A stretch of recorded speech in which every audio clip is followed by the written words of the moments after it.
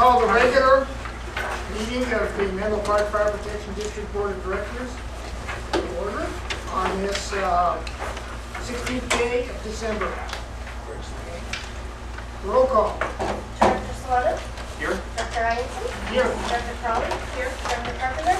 Here. Director Bernstein? Present. And Member Ford. If you would, join me in the Pledge of Allegiance. I pledge allegiance to the flag of the United States of America and to the republic for which it stands, one nation, under God, indivisible, with liberty and justice for all.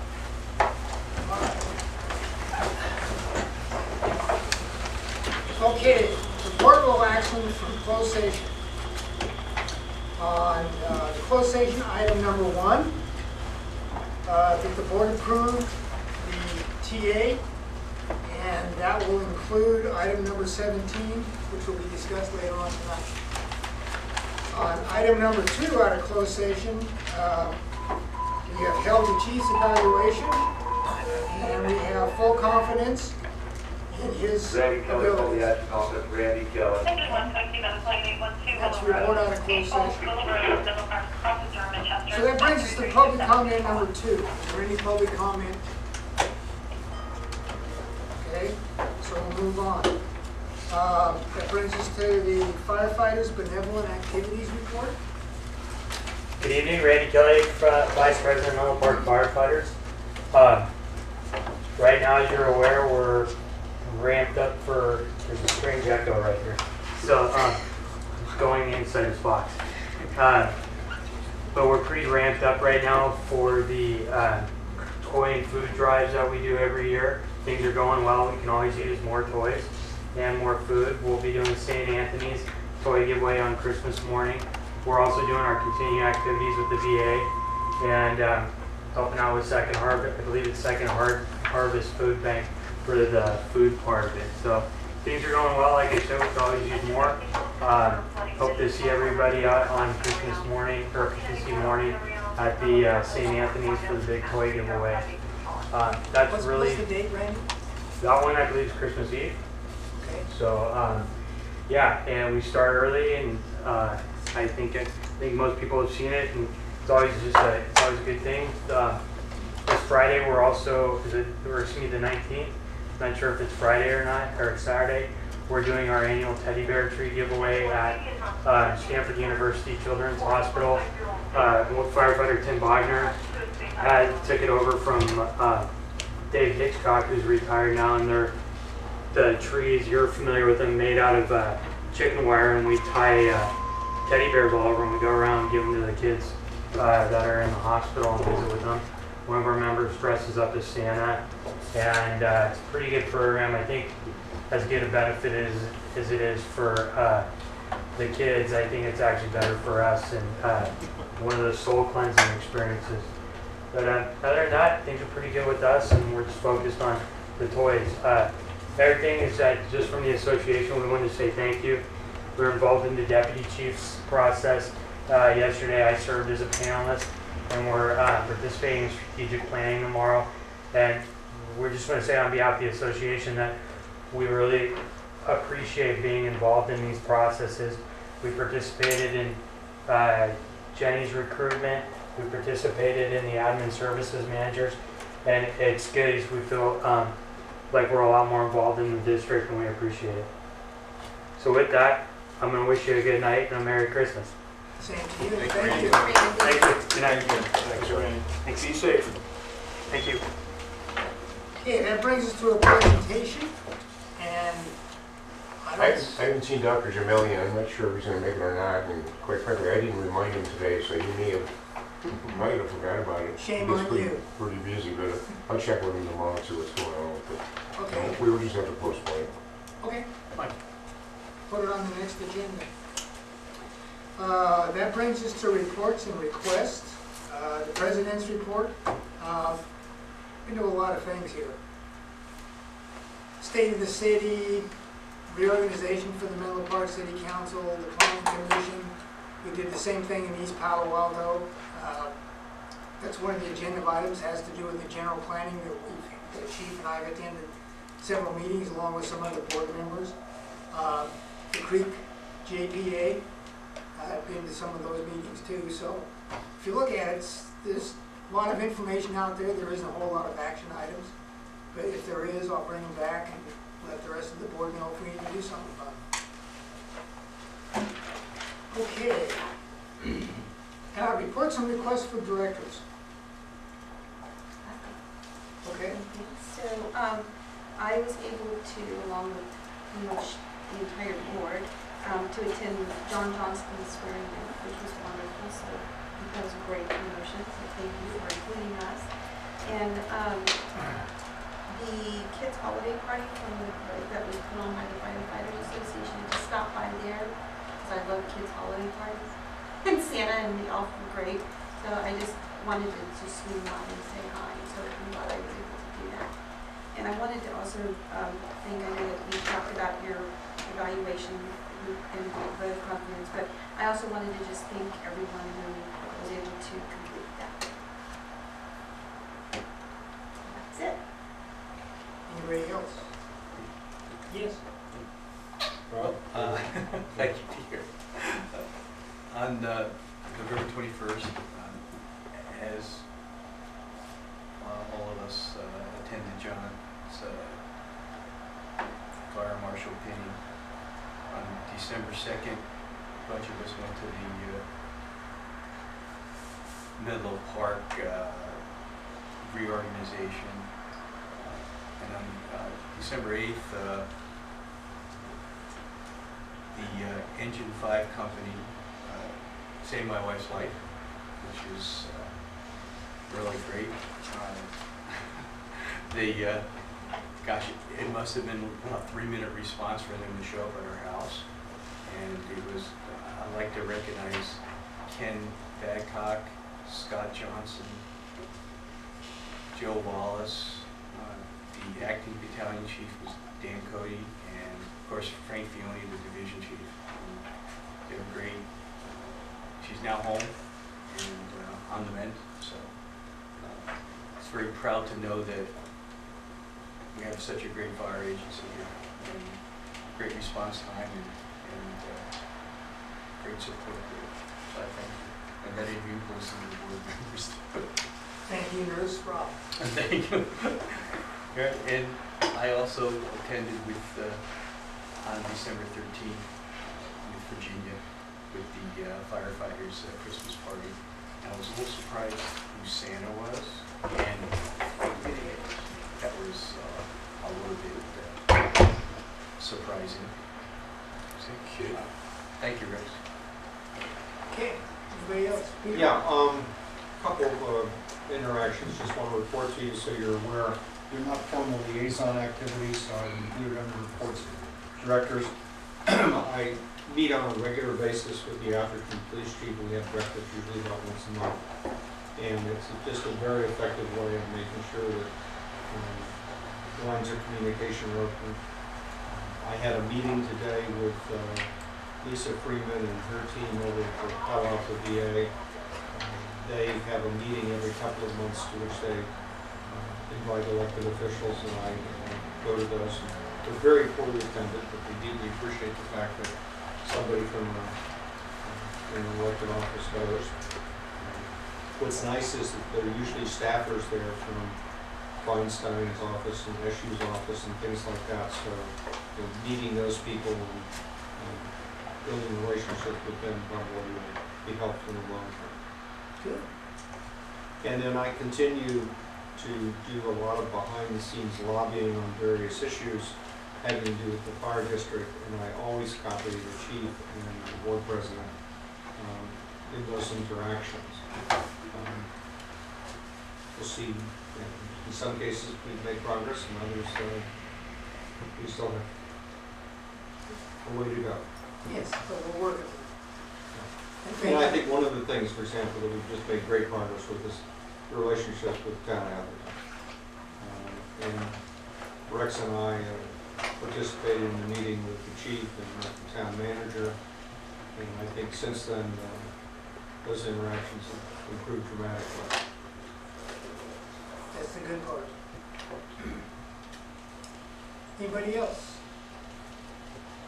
Chuck? Okay. Liaison reports. Menlo Park?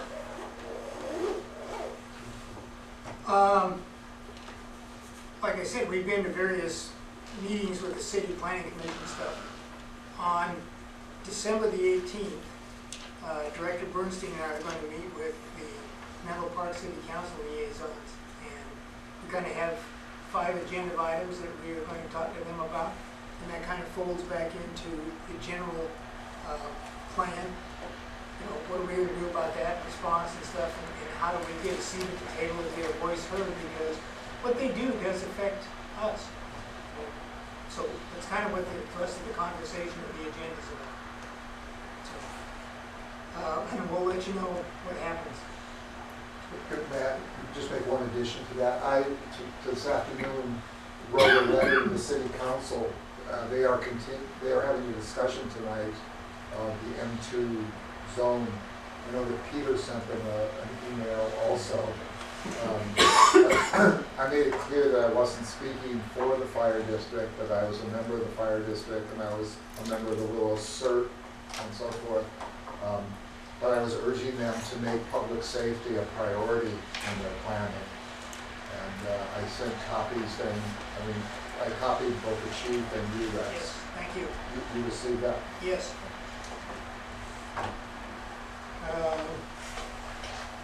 East Palo Alto.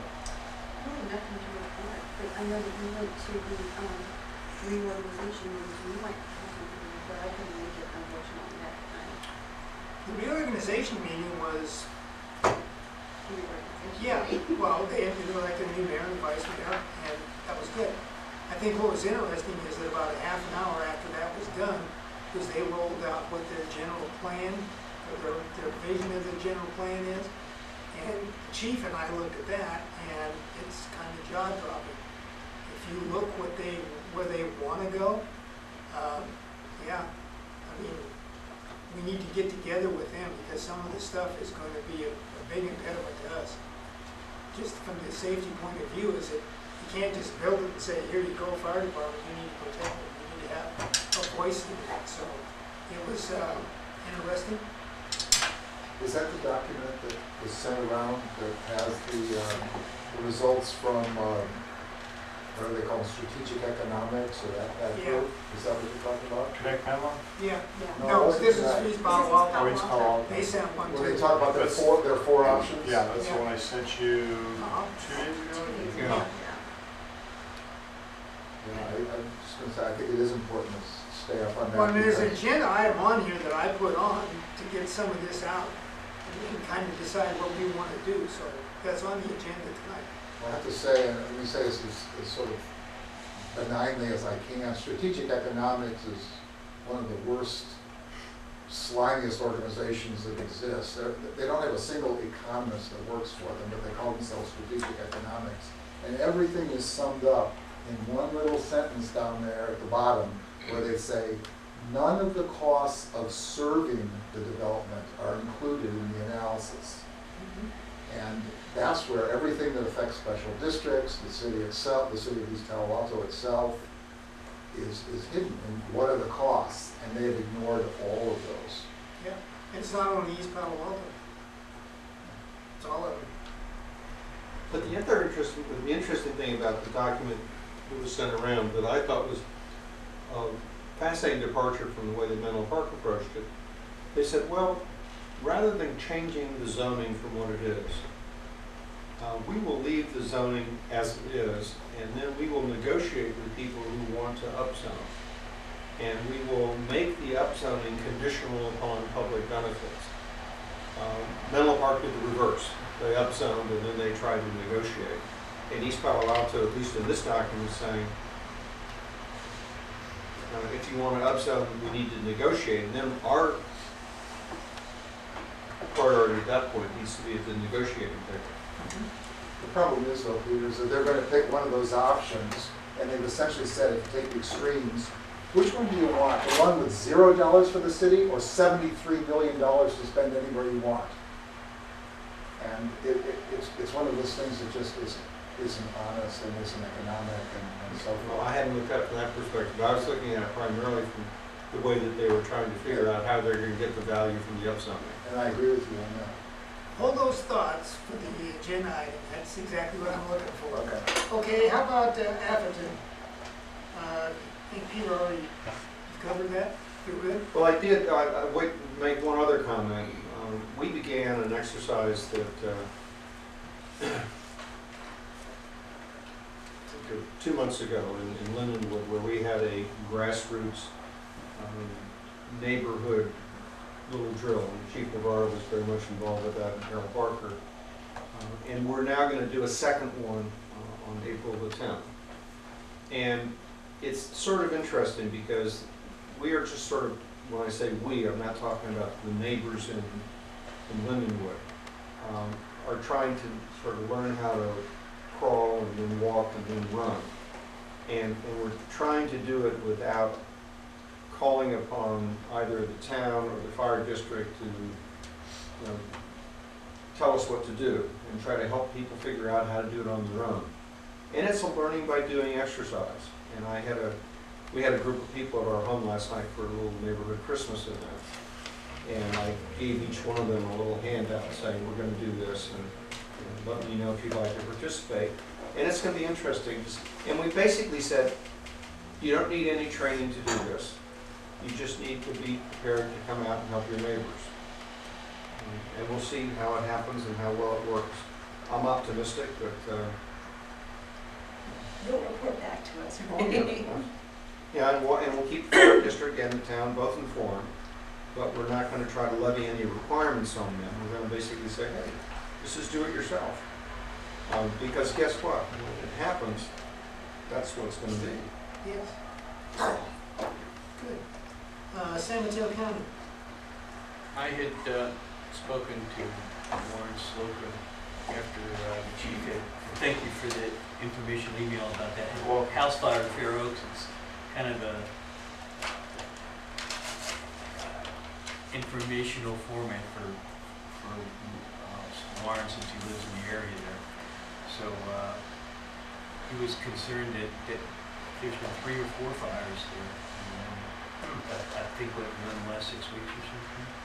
In the same house? 8 weeks? No. In the area. I mean, that's, Yeah, I don't know about that one. I don't know. there were some apartment buildings, and I don't know if it was totally in our jurisdiction or. Part of it's in real estate. Right. But he, and thanks for having fire prevention work with 2 of his aides relative to that program that they're trying to set up with the older apartment buildings. So that's all I have to. Good. Report from the fire chief. Discussion and direction. So directors, if you have any questions for me, or I'd be happy to answer any questions you have. And we need to do an introduction, so your call. Do it now. Okay, if there's no questions, then I want to introduce Kathleen Jackson. Kathleen is here and can say a little bit about herself, but she's our new administrative manager. So we welcome her and wanted to make sure you got to meet her before she started. She'll start the first of the year. But Kathleen, if you wouldn't mind, maybe, tell the board a little bit about yourself. Okay, I've worked in public finance for over 20 years. I do have a bachelor's degree in finance and an MBA. Let's see, I'm coming now from Santa Clara, city of Santa Clara, where I have done treasury and budgeting. Mainly also worked with the audit and the CAFR and the stadium, do the audit on the stadium monthly. Anyway, I was really excited to come here because I think it's a really great organization and I'm really looking forward to it. Thank you. Welcome aboard. Thank you very much. Thank you, Kathleen. Any questions on the chief's report? Okay. So that takes us to the consent calendar. Move approval. Second. Discussion? I'd like to pull items 11 and 12, please. Okay. So approval of the consent calendar minus item 11 and minus item 12. So moved. I might just, yeah. I want to make one comment about 10, it was just a comment. Can I do that? Sure. I would like to find a way that we can make modest adjustments in the budget that involves California Task Force 3 without it having to become an issue for the board, if that's possible. And now that we have a new administrative manager, I just would like to find a way. It may not be possible because these things need approval by the board at some point, but it just seems to me that sometimes we get a lot of things we need to approve for just tiny little changes. It's just a wish. And I need to recuse myself. All those in favor? It's not a second, we're still waiting for a second. No. Not, There was a second. no, it's not after the removal of items 11 and Well, 12. second. I think somebody did. So, all in favor? Aye. Aye. Anyone opposed? No, and there's one recusal. Thank you. All right, that takes us to item number 11. I asked a question about this to the chief, and apparently, I was thinking this was something that affected a number of schools, and apparently it only affects schools that have swimming pools where there's chlorine or something of that sort. Right, in this particular case, MA is the only public school that has a pool, and other schools don't use hazardous materials other than private schools for, let's say, a laboratory or anything like that. Well, this was one of those things that it seemed to me that their use was covered, was included in the list of things. Really? He was knocking at the door.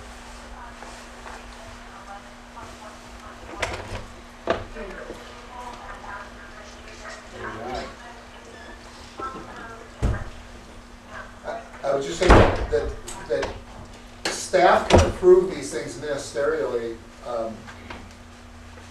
if they meet certain criteria, and I think this could have been considered under that. Again, I think it doesn't need, in my opinion, board approval. I'm supporting it, and I will vote for it, but I was thinking that other items like this would come before us, and I'm just trying to clear the deck of items like this so that the staff could approve these waivers. I mean, there's certainly a waiver for public institutions that need a permit or fee from the district, and I think that's the case. So I would like to see these being approved by the staff. I don't know what that would take, if you could bring some blanket motion, or if we could redefine that list of things that the staff can approve, or some other way of dealing with it. But I just think that it takes time here, and I'm, of course, spending more time than we spent for the next 5 years on it. But I think there are other schools that may, once they get wind of this, will come before and ask for waivers, and I think the staff ought to be able to approve them. So just a response to that, I know, based upon your time on the board, when we didn't have this come through the board, staff was approving different things, but then we realized when we did the fee analysis that we weren't legitimately allowed to do certain things because that's board approval versus the arbitrary approval of the fire chief or division chiefs or the fire marshal. This fell into that category. I can't disagree with you that it's, it makes sense, but, as I mentioned to you in the write-up, a lot of these are either a one-off or they're a case-by-case issue. So Steve was looking at the moment ago, it's not a fee waiver policy per se, but, I defer to legal on what we could do. If the board's interested, I'm sure we can look at this and see if there's a uniform policy that we can come back after board approves so that these can be ministerial thereafter. Yes. Yeah, I think Director Bernstein is speaking two questions, and I'd like to separate them. One of which is the fact that they're coming to us on a particular fee waiver, and we do in fact approve a fee schedule. And so what the district does has to be consistent with that fee schedule. And it may well be that the way to deal with that is to look at that fee schedule and put a note or something on the bottom which allows the chief discretionary authority. So that when we approve the fee schedule, it also includes discretionary authority for certain circumstances. The only thing I would want us to make sure is that the board does provide a certain amount of cover for the chief. When people come and say, hey, I want this waived, you know, if he says, hey, I don't have the authority to waive it, it's got to go to the board. The fact of the matter is, we have not necessarily been very successful in getting other agencies to waive their fees. And so, you know, it's sort of a two-edged sword as to whether or not the board wants to remain involved in this. And if we do delegate it to the chief, then he has a little bit less leverage in dealing with other agencies. So I leave that for further discussion in another meeting as an agenda item. The second and much more important point I think that Director Bernstein raises is making sure that when something is put on the agenda for the board, that it does in fact, it is something that requires our action. And if it doesn't, then include it in the chief's report, so that we don't spend a lot of time and effort on it. And item 12, I'm not sure how one, the chief has authority to spend money, but I'm not sure whether he has authority to surplus and give things away. And so again, that means looking at the policy for surplusing and delegating authority from the board, if necessary, to the chief.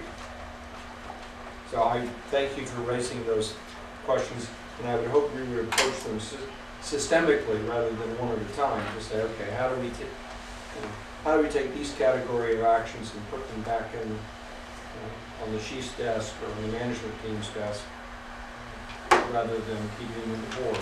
And so we may want to keep the board. I'd like to just make a precision here. This is a quote from attachment B, which is the fee waiver policy. It says the district authorizes staff to automatically waive fees for the following instances. One of them says residential, institutional, and daycare licensing and occupancy for government facilities. It seems covered by that. And the next one says reports and documents for government agencies, and it seems covered by that. It seems like you've already authorized it. I just don't think we're doing it, and so. Well, Stephen noted that. I think that, so you have that, it's within the fee schedule. It didn't kind of make it over to the board's policy manual, so it exists, but it doesn't exist in a place that's easy to find for the board. And I don't disagree with you. And I think what Director Carpenter has mentioned too is, having been in the middle of those discussions with multiple jurisdictions and asking for fee waivers where they don't want to grant them, or in some cases they can do it to a point. You know, I can't disagree with you in the one-off or a case-by-case issue. And even this, the school here, it is cleaner if they do it, maybe not this way, but a different way, because, we weren't prepared. I wasn't prepared to just say yes to them based upon the logic that they were, initially providing. And by the way, in fairness to everybody else that did ask for a fee waiver in the past, they were a little bit more difficult, saying they should just arbitrarily get one. We don't want to waste our time even submit the paperwork or go to the board meeting.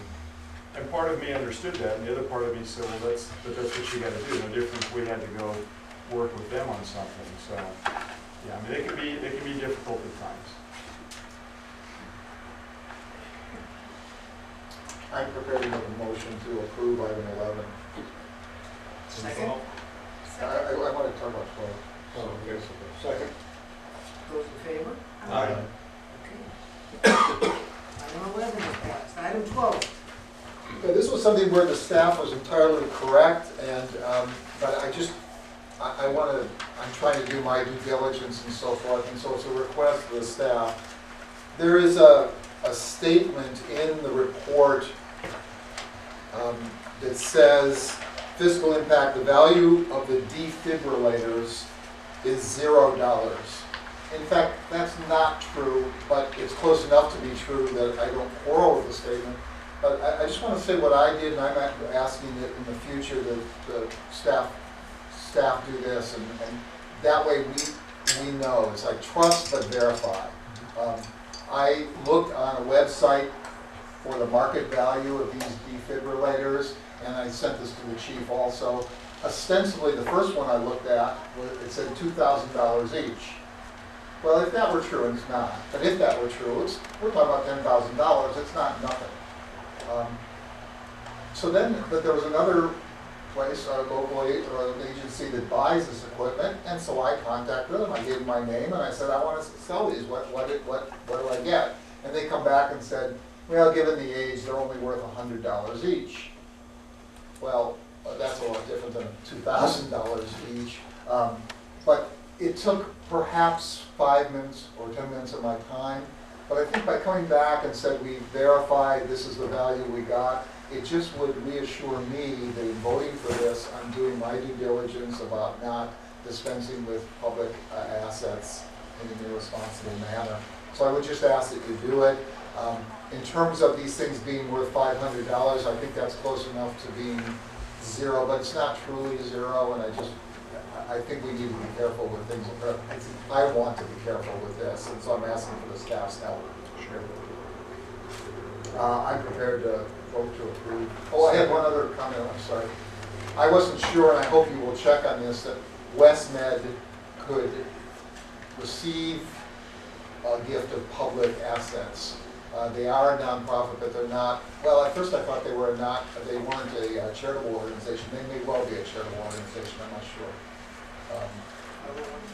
Yeah, I don't know if they're a 501c3, even though they're a nonprofit. So in any case, I'd like to just make sure we're doing it right, and once we know, then we don't have to deal with it again. So with that said, I will make a motion to approve item 12. Second.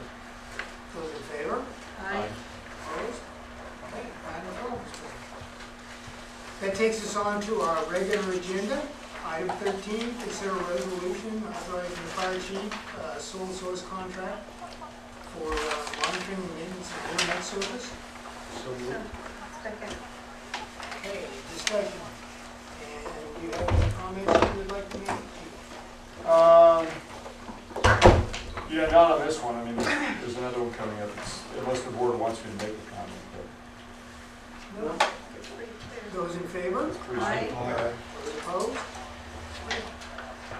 Item 14, consider adopting a resolution authorizing the fire chief to execute a sole source contract for implementing the fire permit tracking system.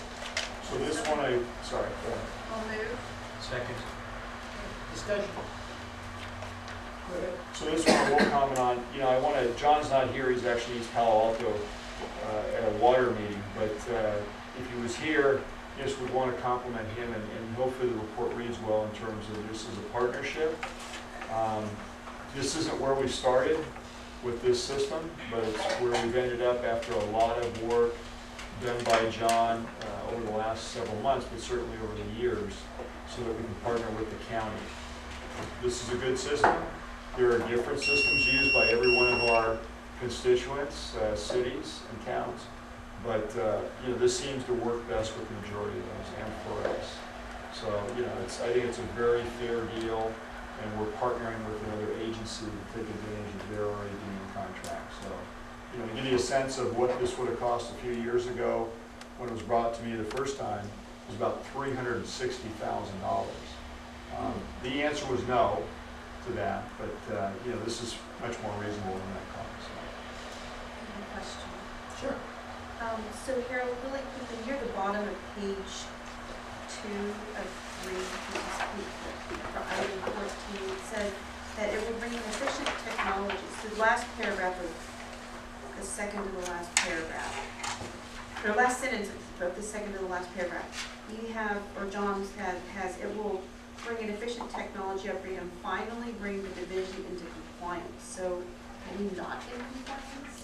Well, Before and the way they're in compliance to a point. They're using their Outlook calendars to schedule, what they're doing, and they're using that because if we're charging fees, if you ever had to validate that, it's much more difficult to do it the way they're doing it. It's also more laborious. This does bring them into compliance to use a legitimate system that's designed for them to track what project they're working on and for us to legitimately track what the fees would be for that.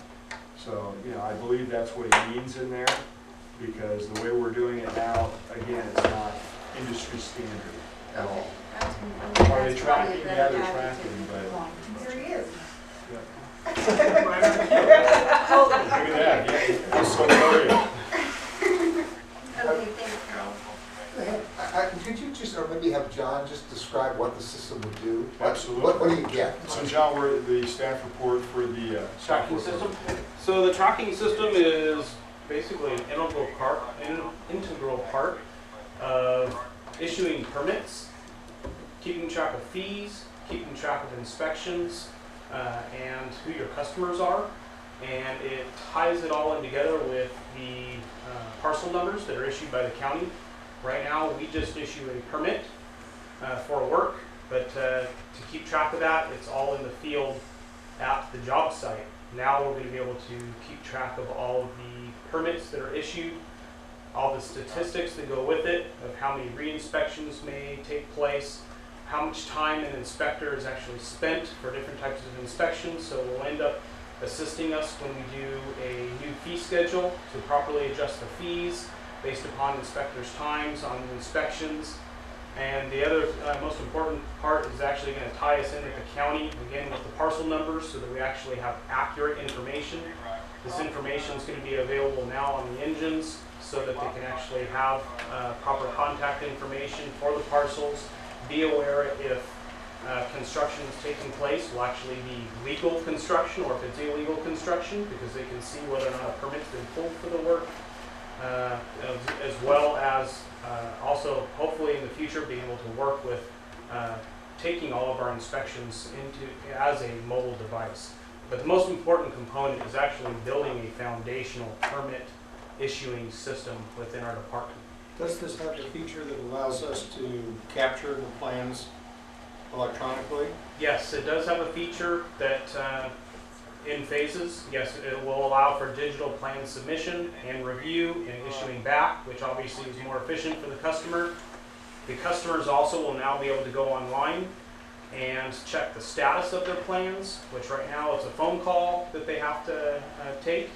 And also the other nice part about it is it will actually offer more transparency for us, because now customers or people that wish to try and obtain information to see about inspections or status of projects, they can now just go online and actually obtain public information, where right now they have to do a public record search through us, which actually takes our time. What I was inquiring about, and I suspect it's not in the current system, but is the system which we're contracting for designed to accept later modules so that you can go to a parcel and you'll in fact get the floor plans and stuff like that for the building that's been built there? Again, we're going to be tied into what San Mateo County has for parcel number information and what they have on the tax record. The information that we will have is going to be what we have. So we are going to have our own module within their global system, but since they don't track the actual floor plans at the county on a local source, it's going to be what we have. So we're going to actually be building up that aspect in regards to those floor plans. As more information becomes available, you can start doing data transfers into that. I still see, as I walk through prevention, I still see these big, huge piles of blueprints. Yes. Are you typically getting things in hard copy, or do people send stuff to you digitally now? We are, I'm going to say we're 99% hard copy, because that's the only mode we have. We are slowly trying to get into the digital, but again, we don't want to put the cart before the horse. And so this right here is getting us the foundational tools that we need, so now we can build everything. So we see a progression path going from this, definitely. so that we could go to, at some point, all digital. The plans would be available on the engine as it goes out. They would be able to pull it up and see the floor plans, etc. Yes. In the future. Yes. And hopefully real quick. Yeah, I don't want, what I'm worried about is I don't want us to make a short-term decision and then 5 years from now you come back and say, well, you know, this system's not going to allow us to do the other things we want to do. One of the reasons, one, we want this, it's nice that we're actually being afforded the opportunity from San Mateo County, but this system, this company has been around for well over 20 years. The city of Menlo Park actually uses their older system, so we actually have the capability, hopefully, of communicating with Menlo Park, but this is the system that San Mateo County has used for well over 15 years. They just upgraded, and we're being afforded the opportunity to jump onto their coattails at a really nice, comfortable cost. Because if we've been pricing, if we hosted this system on our own, we'd be talking $150,000 plus. But they're seeing opportunities for us to be able to now start communicating countywide, and it's just an opportunity I really don't want to pass up. We have the county's parcel number. Will we eventually be able to put that to an address to that? Yes. So if it comes up on the mobile data. Yeah, on that program, which Yeah. is it's a web-based program that they have, but it's got a minimum of 3 secure sites that they have for hosting the information throughout the country. But that parcel number will be associated with addresses, and it'll also be associated with any numbers that we want to put with it, such as our permit numbers, occupancy permits, if we have hazardous materials. All the information that right now we have hosted in different Excel files will now finally be available in one picture. Cool. Go ahead. Yeah, actually, I've got 2 questions, but one of them related to the hazardous materials permits. Will this show then people that are delinquency and pay, that are delinquent Again, paying for that? this is a huge aspect of efficiency for prevention. We'll be able to track all of the state mandates, track all of our occupancy permits, hazardous materials permits. Right now, we manually are printing all of our letters, etc., to keep track of that. Now, this system already has ticklers. When we want to mail out our annual letters for weed abatement, etc., all we have to do is hit a button and it's automatically going to just start sending them out. The time efficiency is a huge one which we really need, and that's one of the main goals it's going to bring to our division. Since it has the APN numbers or whatever at the county, are we able to file liens using it, or do we still have to go I'm through? sure we'll still follow the same legal process we have to follow. And then my other question is, and I'm not quite sure, as we start to talk about residential sprinkler systems, is there any requirement, once they're installed, is there any requirement that the water be turned on, and 2, that they be maintained? That's the nice thing that we actually are trying to promote with the sprinklers is really the lack of maintenance compared to like smoke detectors that do require more maintenance. Residential sprinklers don't require maintenance. However, commercial sprinkler systems and alarm systems do require maintenance, required by code. And again, this system's going to now finally allow us to keep track of all of those maintenance records. So there's like backflow inspections and all that kind of stuff? Yeah, that's maintained by somebody else. I'll just manage our requirements. Who manages the backflow? The water purveyor. Whoever you're, so Menlo Park Water, Cal Water, O'Connor Water Track, all the different water purveyors, which we have 5 in our district. So they're responsible all the way up to the backflow preventer. From the backflow preventer and the property line to the building is actually fire's responsibility. Sounds good. Great. Thank you. Anything else on that? Okay. Item 15, informational update on the implementation. No, we need to vote on that? We got to vote on that. Oh, sorry. That's right. Yeah, we want to get it through. Yeah. Do I have a motion in a second? I'll call for the vote. I'm a little behind. Those in favor? Aye. Aye. Those opposed? I'll catch up. Give me a chance. Item 15, informational update on the implementation plan for the UA, for the drone.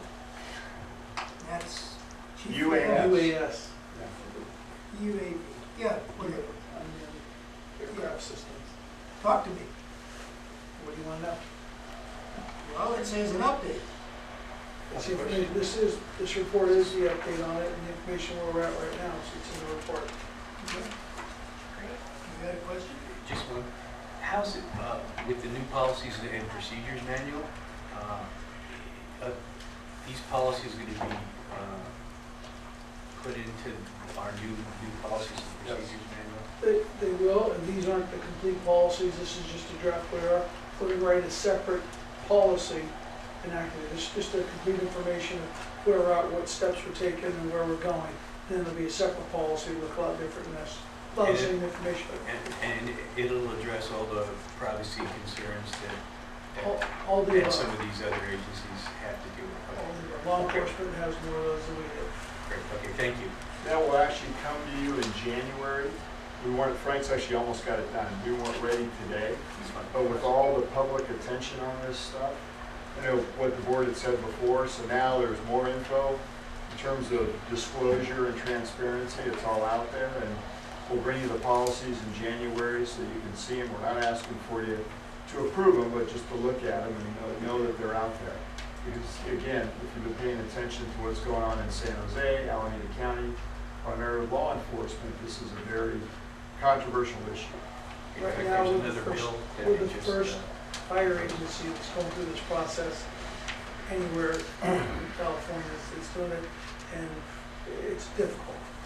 Going with the FAA from Washington DC, and here it's a challenge. Yeah. Rex, I just wanted to say, I wanted to congratulate the staff on this. I think that the public reaction has been good. As you say, some agencies are backpedaling and trying to have the discussion after the fact, and they're embarrassed about what happened, but I think the reception, that we've seen on blogs and things like that has been very positive.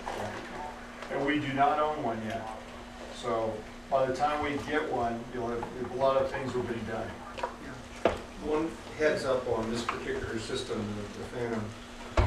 I had it demonstrated to me by a contractor that was installing artificial turf on our house, because they wanted to get some overhead shots of this installation, which I thought was very clever on their part. And the guy showed up to do it, and they had a contractor who was doing this drone work for him. And he was almost unable to do it because what these companies have done, and Phantom is one of the leading edge people in terms of innovation, they have programmed into their software. The first thing this thing has to do before it takes off, it has to lock in its GPS location. The second thing it does is it looks at any airport that are nearby. And it goes well beyond the FAA's restrictions, and if it's closer than X number of miles to an airport, you can't fly it in the GPS mode. You have to disable the GPS or it won't go off the ground. And the manufacturer says, well, we're just being careful. But an awful lot of our district falls within the boundaries that are prohibited for GPS operation by this particular drone. And this guy he just updated his software, so this is his, and he and I then we got out the aeronautical charts and looked at it, figured out what they've done. So include that in your conversation. FYI, Frank. Trust me, I'm very knowledgeable in all of those aspects of it. I've been involved in this thing, head deep into it. It's quite a challenge at it, but going through the process with the public first, we're utilizing the public's concerns as we're building our policy. Yeah. So we're doing it right. Yeah, and sadly, I must say that the FAA is really, really, really behind the power curve on this issue. Other countries are moving much more aggressively on this. They're finding ways to avoid interference problems and things like that by limiting altitudes, etc. It should be no big deal. I mean, there's no reason. If you look at the FAA regulations, you're not supposed to be below 1,000 feet over a populated area. Our entire district is the populated area. Now the caveat on that is except when taking off and landing. So when you got to Moss Landing, you may well be in the takeoff and landing pattern from Palo Alto Airport. But anyway, I'm glad you're on it. The privateers and the hobbyists have a lot less restrictions than we do as a public agency. All these restrictions come under the public agencies, and they would require our pilots actually go to ground school, aeronautical ground school. Good idea. For a drone? Yep. Oh yeah. DJI will be here on Thursday too, by the way, the manufacturers set up a meeting with us. Oh, this Thursday? What time? 1:30. They actually reached out to us based upon the news coverage that was there and are interested in even a loaner program at this point, but we'll see.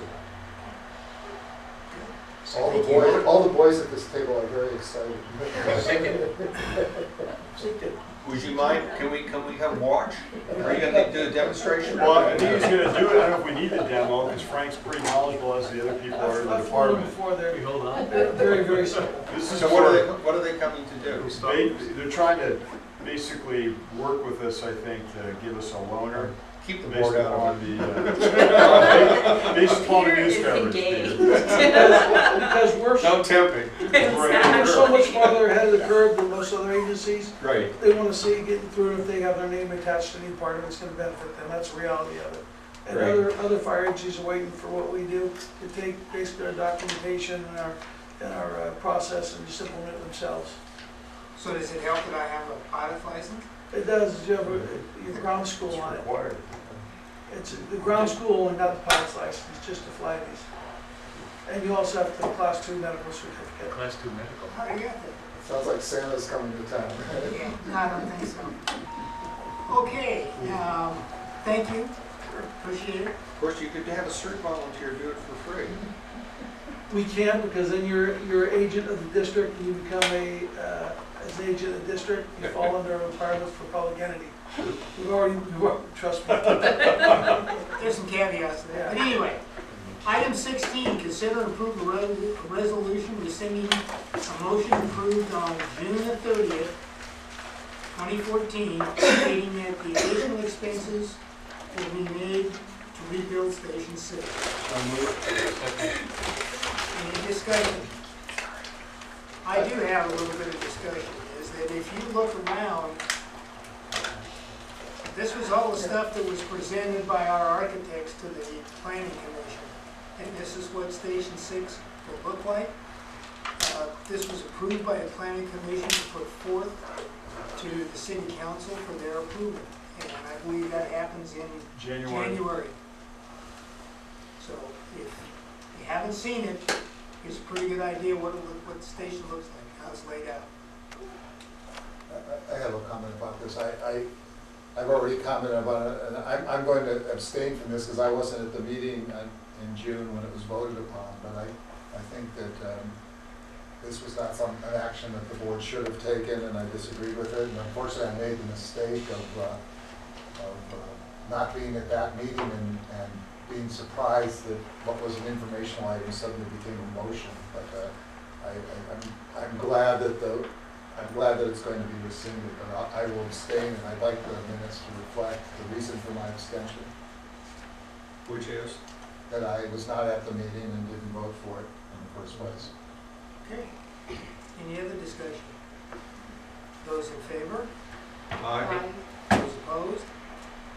Those abstaining? I'm abstaining. Okay, 4-0-1-1. Okay, that takes us to item 17. Consider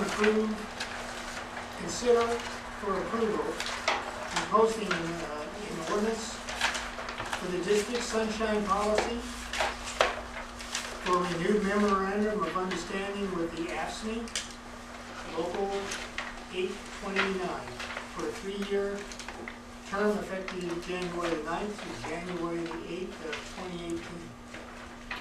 So moved. I'll move. I got a second?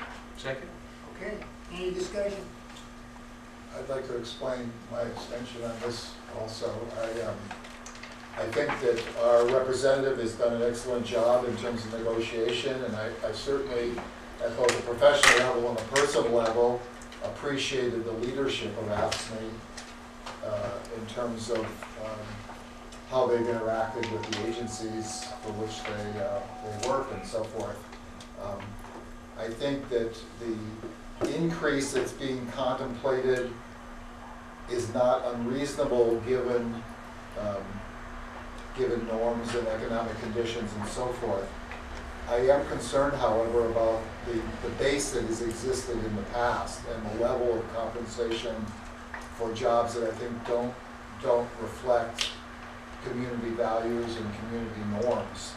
We're talking about almost everybody, or certainly the majority of people, earning in excess of $100,000, some of whom don't have high school or don't have college diplomas and so forth. And I think that given the compensation paid to teachers and other public servants that there's an issue of fairness. I don't know how we deal with the base, and I don't know how I'm going to vote on this when it comes for a final vote. But it's something that I still want to consider, and I want to think about, and I'd like to hear what the public has to say.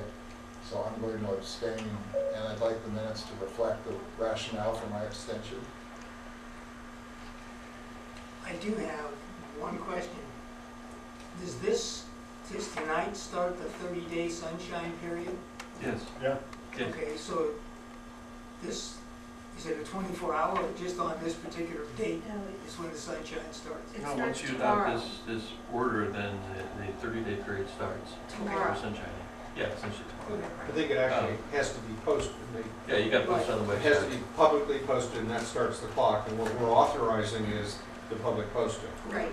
Actually, it says publicly available in your rules, but that's the way we make it publicly available, Right. is to post it.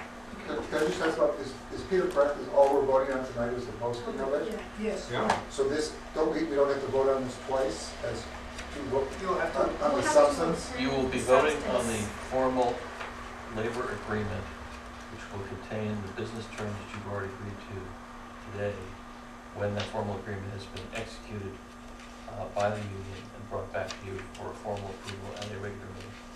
So tonight, we're only voting on the posting of That's this? Then Well, But you've already voted on the tentative agreement. You've already voted to approve the business terms. And then you abstained on that. I abstain. Right, you there. abstained on that, and that was noted for the record. Okay. And the president board announced that as the action taken in closed session. So you've approved the business terms of the TA. In which you abstained there. Right. I will vote for the motion then to post it, and so I want to rescind what I said a moment ago. And the way you've stated it is accurate. Okay, very good. The motion's very clear too, right? I just wanted to be sure that, I misunderstood the motion. Yeah. okay. Those in favor? Aye. Those opposed? Those abstained? Okay, 4-0, 5-0. All right, that brings us to item number 18. Yes, and that is, Discussion and request from Director Corrali to consider completing a pro forma report on the district's PERS liability. so, I actually brought this up because when our little interview process for the new auditor, from the company, one of the, actually the firm that we ended up hiring had mentioned that they had done a pro forma financial based on GASB 68 liabilities for one of their clients. And I know that this board and even previous boards have discussed, oh, well, I wonder what that looks like. And so when I heard that, I thought, oh, well, why don't I just put it to the board and let y'all know that this opportunity is out there.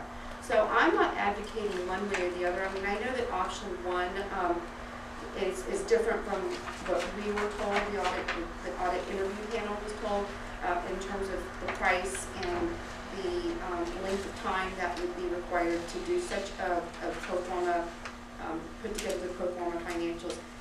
So, the main thing is, compared to what we were told, it's like another $5,500, and it's going to be twice as long in terms of time to put this together. But there were other options. I had a meeting with the chief about this, and he had mentioned that the staff they've done a great job in putting this report together, gave us different options. The main reason for me to bring it up is that we didn't really know that there was something that this had been done, and so I just wanted to give this opportunity to the board to let you know that this has been out there, and we can do one of these 4 options and move forward, and one of the options is do nothing. But I would like to have the discussion because it has been brought to the board's attention before. It seems to me that GASB is going to require a 68, but option 2 seems to be a way in which we can both satisfy the GASB obligation and also do it economically.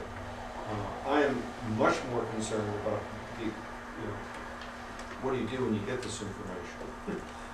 And I would ask that at a future board meeting, we come back and look at the question that we looked at under Peter Otaki's leadership years ago of paying down liability and beginning to really work the numbers. And hopefully Director Bernstein's going to get his sharp pencil out on this one, because I'm convinced that first we need to continue what we're doing, which is reserving against CalPERS obligations. And then we need to look at the numbers and see whether it's better to prepay. Will we save more money by prepaying, and will interest gain by the money that we have in the bank? We certainly did very well the last time around because of the situation with the bond market and everything else. It worked out beautifully. I think we should just continue to revisit that so that we have a good sense of what is the magnitude of our unfunded liability, how we are going to accrue funds to cover that unfunded liability, and at what point the funds that we accrue should in fact be paid to CalPERS to cut down our interest costs to CalPERS. So, but amongst these options, I vote for 2. Go ahead. Yeah, Peter, thank you for the compliment and sharp pencil. In fact, you sent around Endless garbage on this issue. well, but most recently there was somebody did a blog post about paying down the balances, and I was trying to get enough information to figure out what the implicit interest rate was that CalPERS was assuming and what they were doing, because clearly, even if it's only 2 or 3%, that's 5 times what we're making on our investments now with LAIF or whatever we put our money into.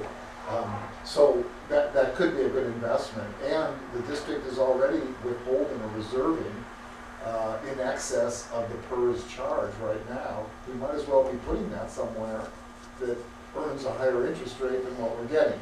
I don't know if that's true, but I don't know if PERS is offering a higher interest rate, but we should know about that. And so I think it is worth looking into.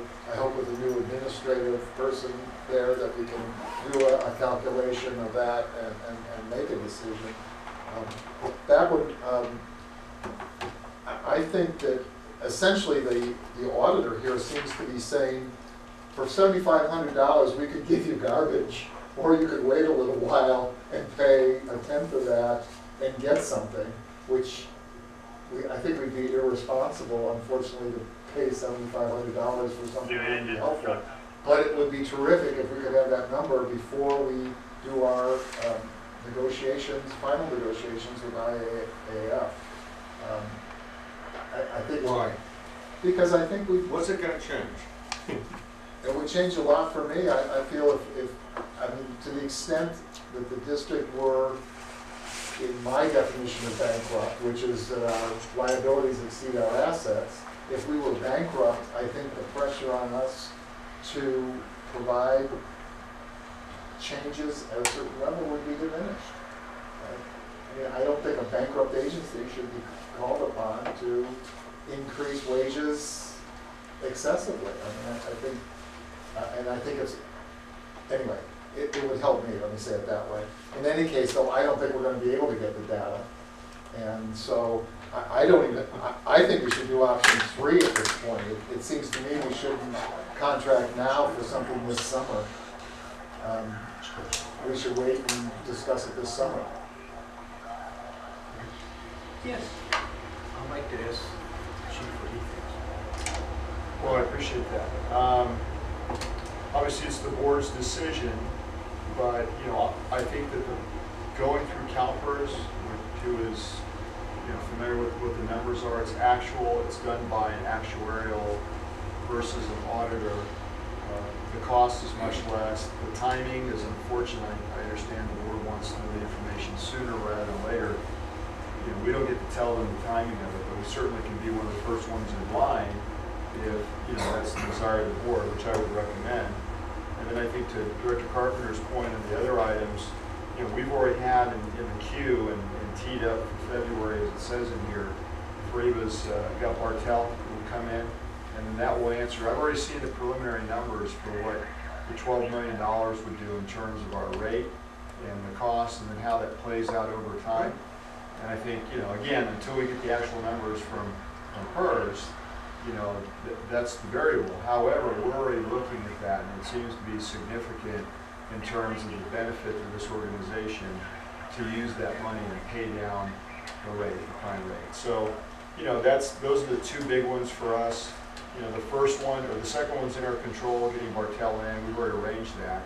The first one with PERS, or option 2, again, we don't get to control the timing, but we can at least make the request now and say we want to be the first ones to do it. I don't know that anybody else is out there saying, you know, come see us first. So. Well, I think in terms of the, oh, sorry. I think option 2 is a better way to go myself. Thank you. I would propose we just give direction to staff rather than a motion. Well, that was the idea. But I just want to say in terms of the pay down, I mean, that I think we'll continue to discuss during different finance committees, because that's, we've already had some of those discussions. So I'm not afraid that's going to be taken off the table. But I agree in terms of option 2. I didn't, when I brought this to the attention of the chief and wanting to put this on the agenda, I didn't know that we were in this process, and I think this is a good option for us at this point, and it's probably definitely more cost effective than $7,500. Yeah, and Farida did a lot of legwork on this. She did. And again, the second side that shows the rates. Right. You know, I know there are those who have criticized that we have been putting aside what we've been putting aside for the employees in terms of what the percentage was. But I think the proof is in the pudding, because if by year 3 here, we're getting close to pretty much what we've been contributing all along.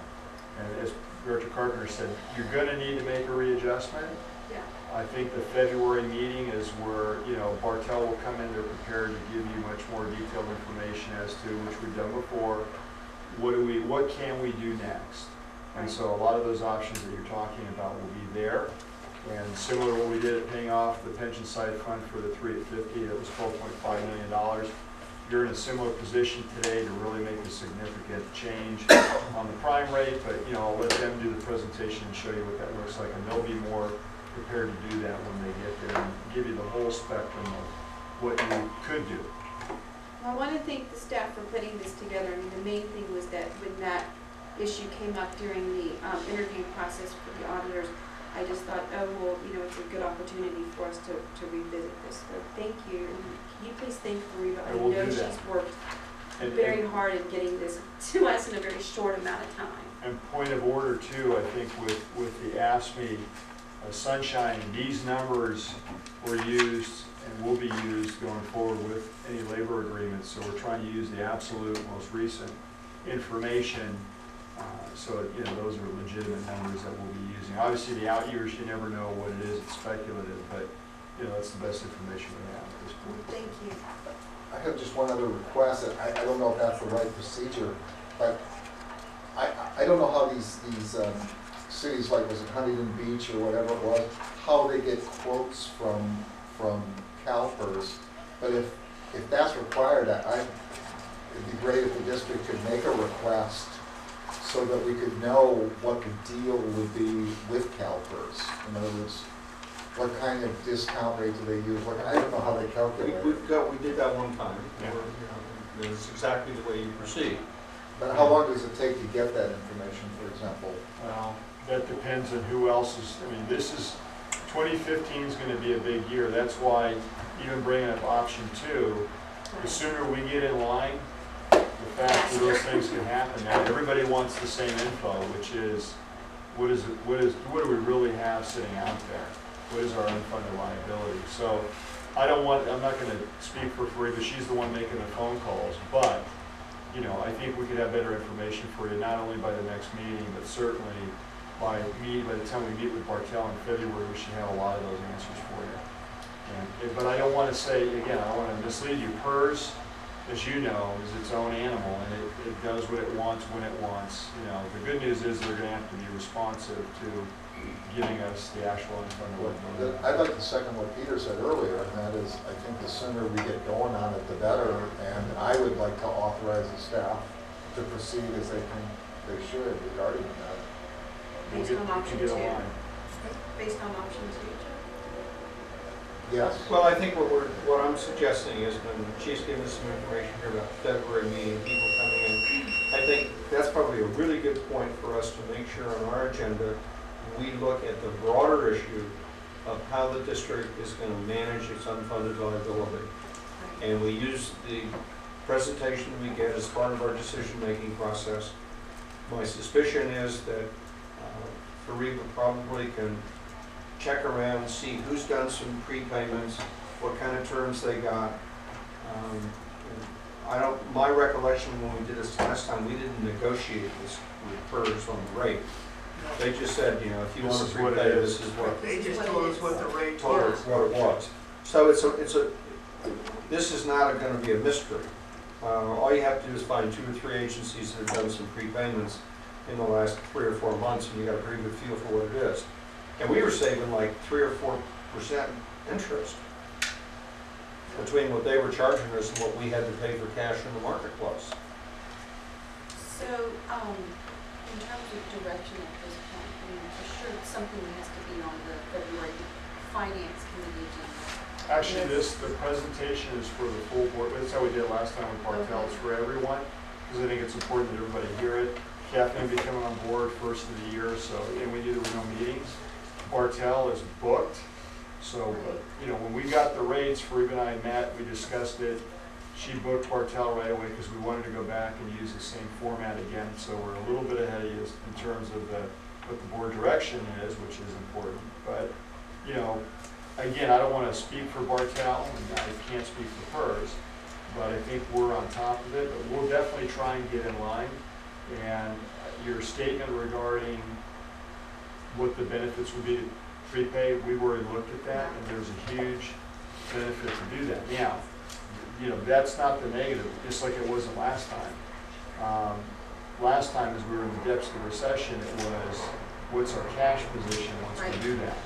That's still relevant, maybe not as much, but, you know, at that time, the director of administration was very concerned about paying $12.5 million to pay off that side fund. So, you know, there is huge benefit, but there's also some risk to the organization when you pay $12 million and now it's not in the bank anymore. So, We'll be able to look at all right, of that soon. and that's the trade-off. You're going to be visiting. Yeah. Yeah, no, but I mean, this is something that's been very important to this district for a very long time. This is not the Nice first to have time that with on. this board.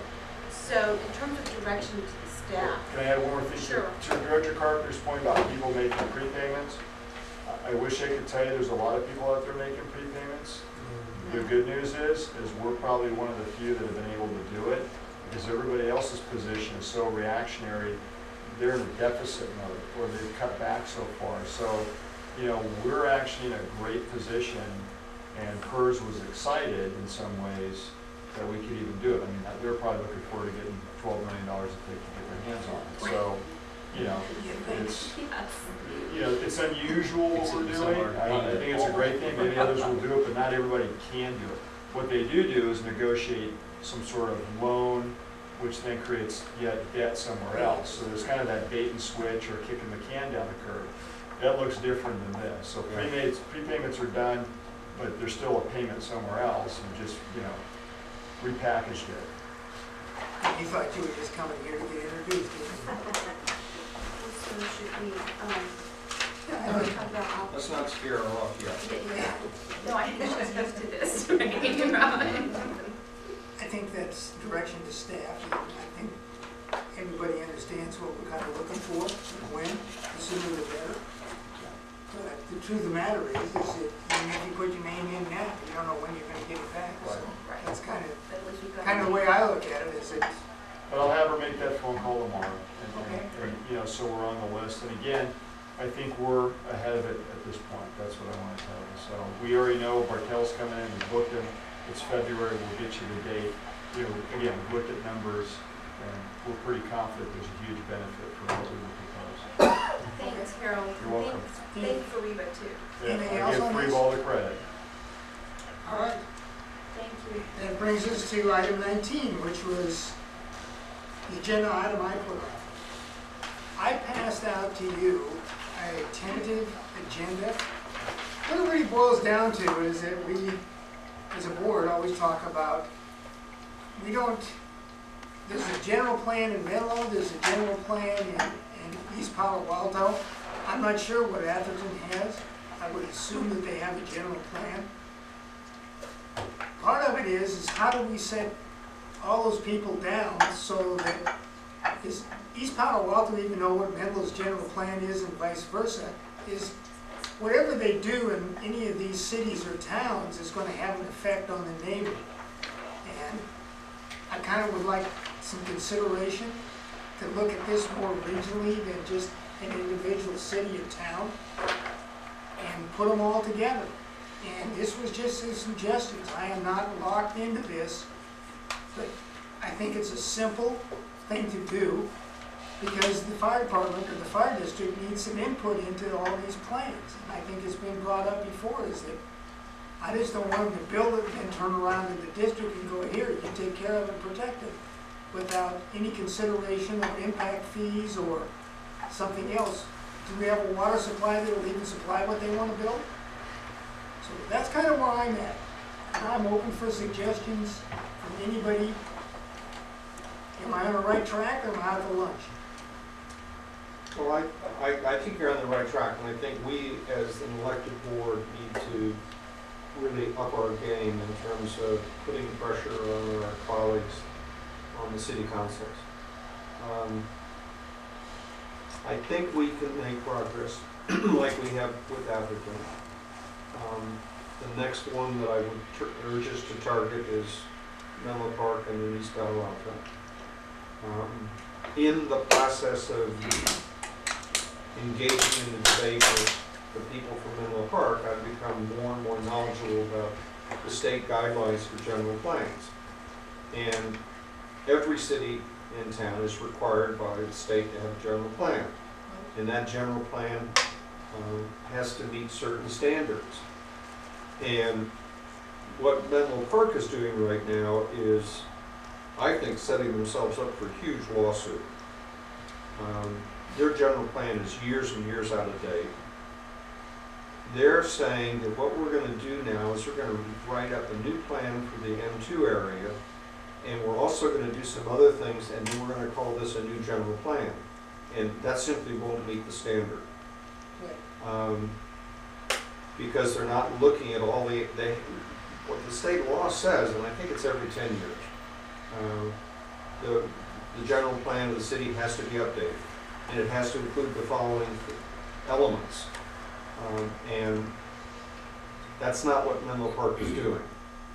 And when it gets even to M2, what the city of Menlo Park is doing is looking at it as if there was no fire agency involved, because they're not looking at the impact of what they're proposing to do in terms of our capacity to service. They're not looking, as you suggest, for example, at the infrastructure issue of water, which, as we know from East Palo Alto and IKEA, etc., that can kill you. And for those of you who weren't around, the district was in the position of saying, in East Palo Alto, IKEA can't open because you don't have adequate water supplies. And that was a real touchy situation. So we need to be more at the table, and I have not found a polite way to get a seat at the table. The only way to get a seat at the table is to be reasonably assertive, perhaps somewhat obnoxious, and incredibly persistent.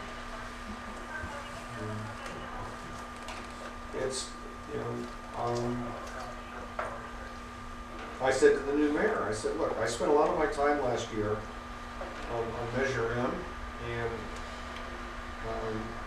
I said, now, do you want me to spend all that, now I've got that free time, do you want me to spend that time attacking the city of Menlo Park? So.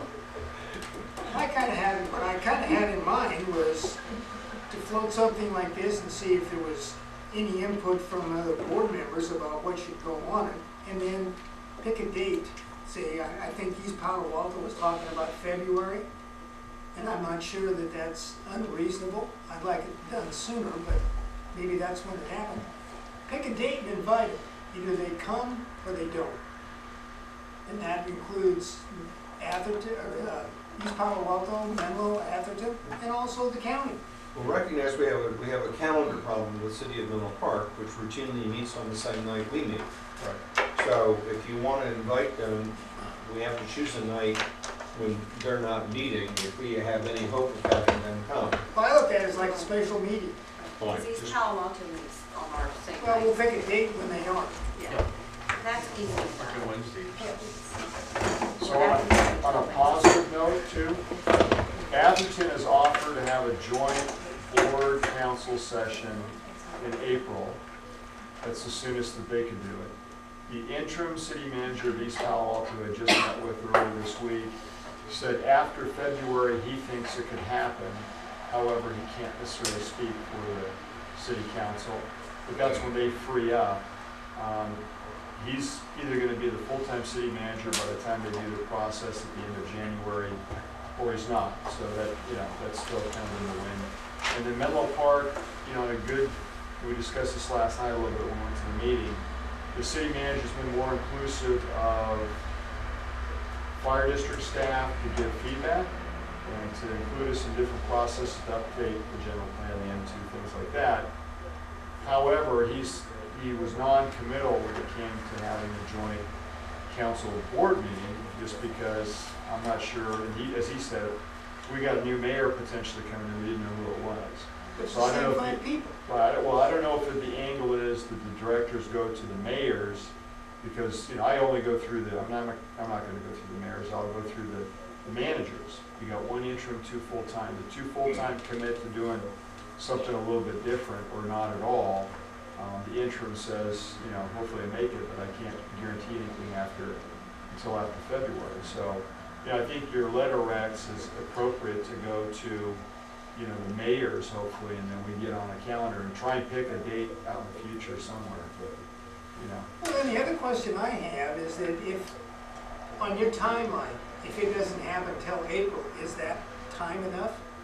Because I look at their general plans, it's gonna take a long time for them to get those general plans funneled down into specific Well, the areas. thing that I would urge us to do, and I think we have an incredibly good person in Tim Kremlin, who's the lawyer that sort of is well versed in these issues.